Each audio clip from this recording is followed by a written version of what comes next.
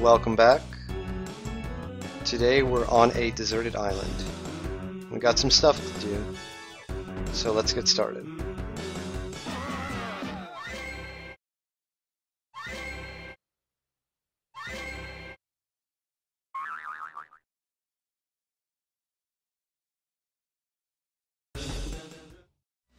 Let down!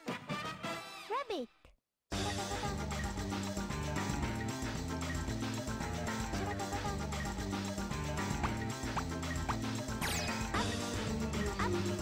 Dance is kind of like a rhythmic Simon Says. You gotta pay attention to what the girl does and repeat it, but just pressing the same buttons isn't enough. You gotta do it in the same rhythm as she's doing it. Basically at the same time she's doing it. If you don't do that, you'll fail. And I like it. I mean, I'm personally a sucker for rhythm games, rhythm-related things. So this is one of my top minigames.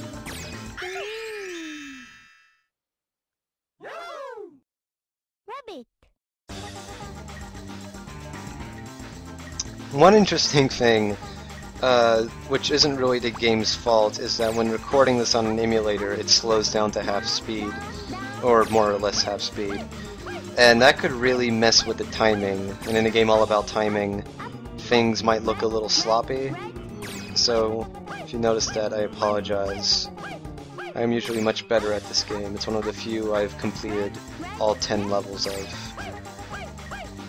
As you see there, pressed it way too quickly and lost a chance. And then you have to start back all over in the beginning, which is probably the biggest problem this game has, this minigame I mean, in that if you screw up once, you have to start the whole sequence over, which is kind of irritating. I like how the moves you do and the music, they kind of blend together really well, and that kind of makes this more fun to do.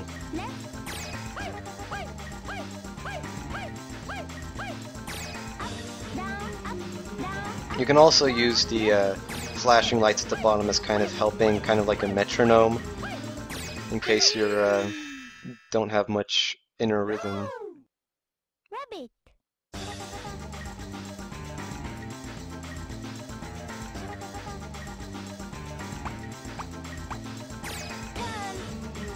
And now we got the turn introduced, which is just another button to put in, another button to press. More for variety in the moves than anything else, which is fine. It's a neat animation.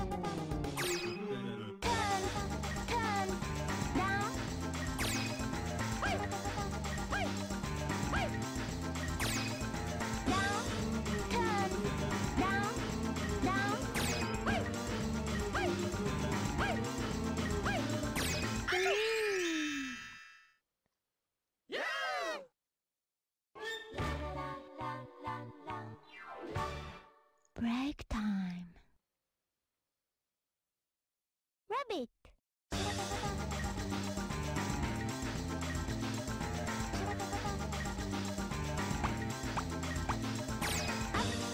Harder levels of dance are less involved about memorizing the moves you have to do, and more about like when you do them.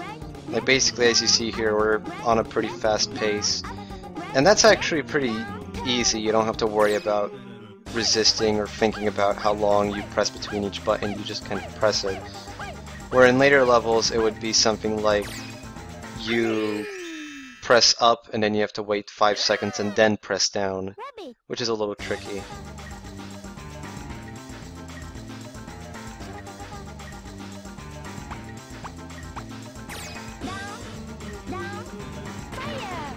And finally, the fire button, where you make the fire make really big. Yeah. Again, it's just another button to press, but it's a funny one. I like it when the girl does it, the guy gets scared. It's funny.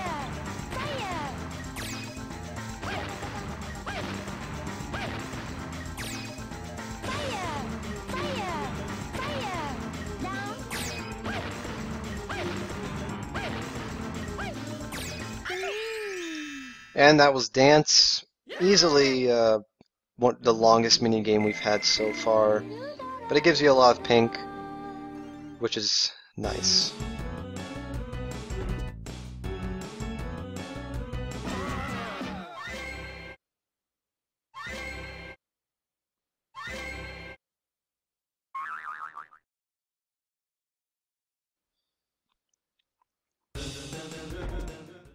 Snake.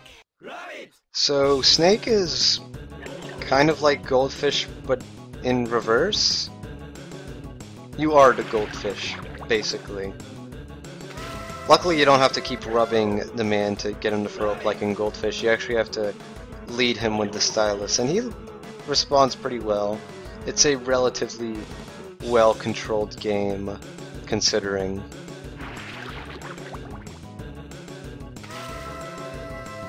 The little green acid things are a bit of a pain to avoid sometimes, but you don't really have a time limit, so to speak, so you can take the time to learn their patterns, and they're relatively small and you usually have a lot of time to rest.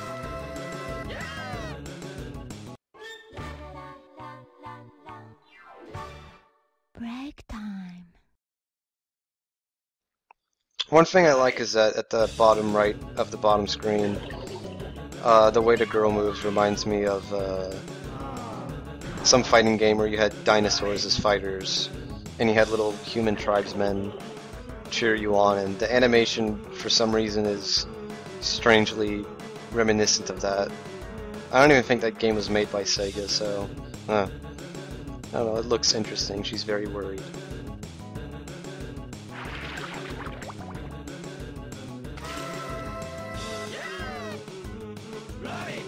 And in the final level, I said something about having no time limit. That's only kind of true. You can't avoid that big green ball there, or at least I've never really tried. So yeah, you do kind of have to get faster, go faster as the levels go on. But it's still not too much of an issue. One of my problems with the little green bouncy balls is that they kind of bounce around in awkward ways, like sometimes they don't touch the wall. It's kind of weird.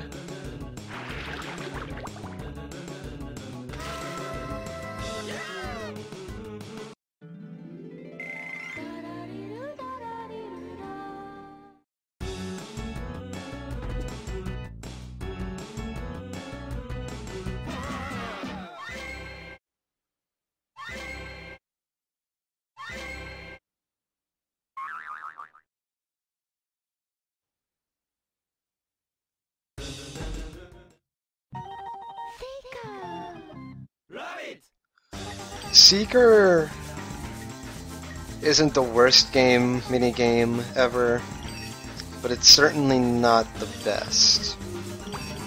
Basically, you gotta rub the screen furiously to find the lost items of your girlfriend.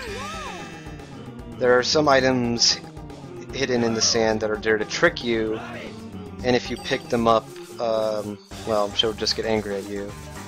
Luckily, you don't lose a life or anything, you just keep going. You know, you lose a life by running out of time. So I guess it's forgiving in that sense, but still, it's kind of irritating. And I don't know what I was doing here. I found it right away, but I kind of thought it wasn't the real thing. The rotation of the items is a little tricky, especially since it's kind of pixelated. The shells are really annoying, and I think I got really lucky here, because the shells really look alike, but luckily I got it on my first try.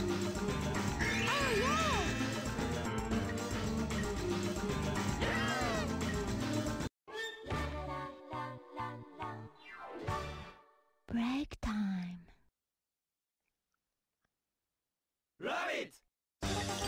Really, the biggest issue with Seeker is a lot like that of Painter, where you'll be rubbing through the screen a bunch, thinking that you have revealed the object, but the game doesn't think so. And yeah, that's what happens when you don't get the right object. She just gets a little peeved off at you. But yeah, you get the item, and you're like, well, I think I've revealed enough of it. But sometimes the game's just kind of finicky like that.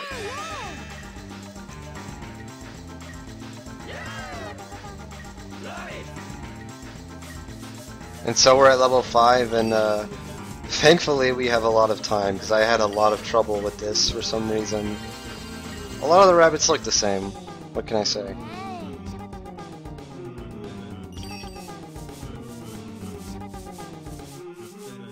I just noticed a touch where as the time goes on, the sun goes down, which I guess kind of makes sense. You have to stop scrounging around in the dark. You can understand the issues here. Luckily, that's the real rabbit found. That's the minigame finished, and that's the end of this video. So I'll see you next time.